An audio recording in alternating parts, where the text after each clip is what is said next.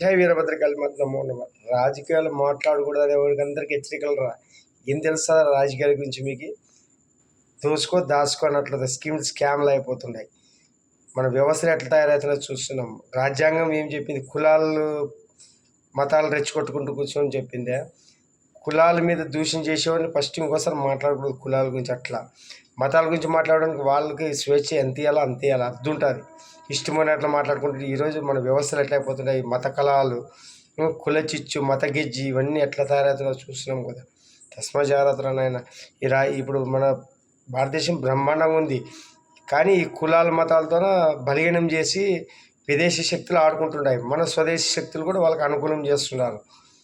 ఈరోజు ఇప్పుడు Iran, Israel, America వీళ్ళు చేసే పనులకి ఇప్పుడు ఈరోజు ప్రపంచమంతా ఎంత గందరగోళం అవుతుందో చూస్తున్నాం కదా.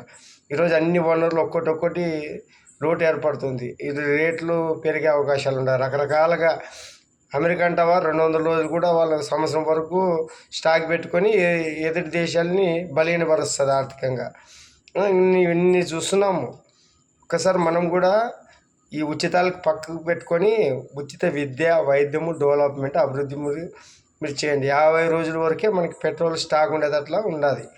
కానీ దీన్ని ఇంకా మనం పెంచుకునే స్థాయి రావాలంటే ఈ ఉచితాలకు డబ్బులు 1000 కోట్లు, లక్షల కోట్లు పోతున్నాయి. తక్కువ చేసుకోండి. ఫస్ట్ మన కాళ్ళ మీద మనం బతికేది నేర్చుకోవాలా. సబ్సిడీ రైతులకు కానీ ఎవరికైనా సబ్సిడీ రూపంలో ఇవ్వాలా.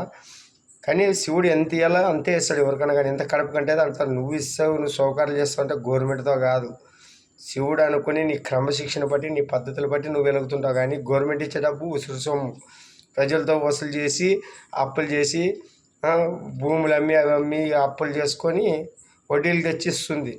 ఇదంతా మన డబ్బే. మన డబ్బని మనం అనుకుంటాం, కానీ శివుని సొమ్ము అది.